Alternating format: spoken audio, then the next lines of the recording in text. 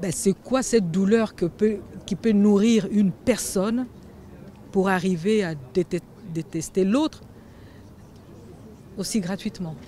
On fait ce qu'on veut, on est chez nous, d'accord? Alors tu les gars. Il vous insulte. Oui, bonobo, rentrez chez vous. Alors, va à la niche. On est arrivé, hein.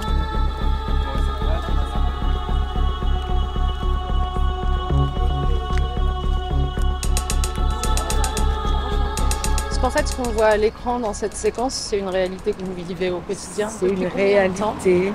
Une réalité. Depuis combien de temps? Ça a commencé tout doucement. On vous met les bâtons dans les roues, comme ça. Oui, c'est insidieux en fait. Ouais, oui.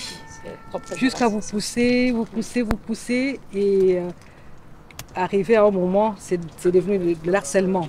Bien sûr. L'harcèlement, voilà, et les mots sont arrivés. Divine a dit une chose très juste tout à l'heure. Elle a dit je ne connais pas une seule personne d'origine immigrée qui n'ait pas eu à vivre quelque chose de cet ordre-là, et elle a évidemment raison. Cet affaiblissement de son estime personnelle, elle a pour beaucoup de gens, on ne le dit pas assez, mais des conséquences psychologiques durables, des conséquences sur leur bien-être, en fait, qui se transforment plutôt en un mal-être, et y compris dans leur rapport à la vie, dans leur rapport aux gens, dans leur rapport à leur métier, à leur progression de carrière, etc.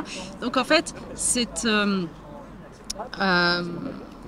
les conséquences indirectes de ce racisme sont bien plus importantes que le mal-être qu'il provoque chez les individus qui en sont victimes.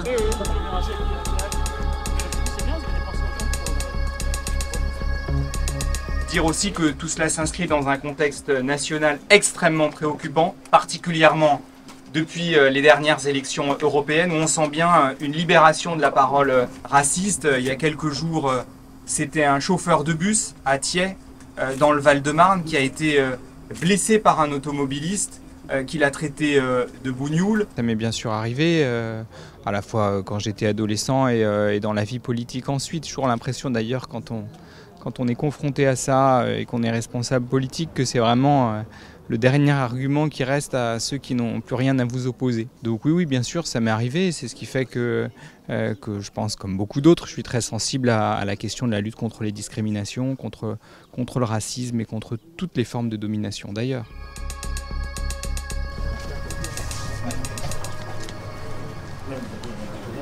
Mais qu'est-ce qu'on leur raconte là-bas pour que des personnes osent aussi ouvertement, aussi gratuitement commencer à nous insulter?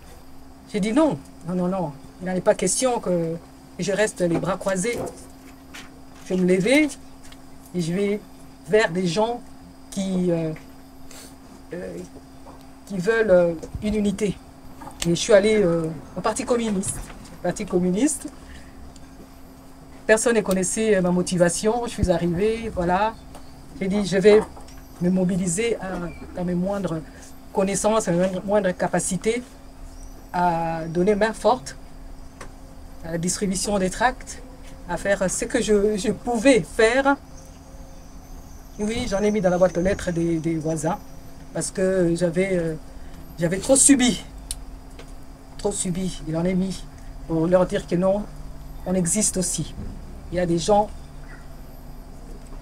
comme nous qui ne veulent pas. C'est cette fracture-là des races qui ont besoin d'unité, qui ont besoin d'avancer ensemble, qui ont besoin de travailler ensemble et de vivre ensemble.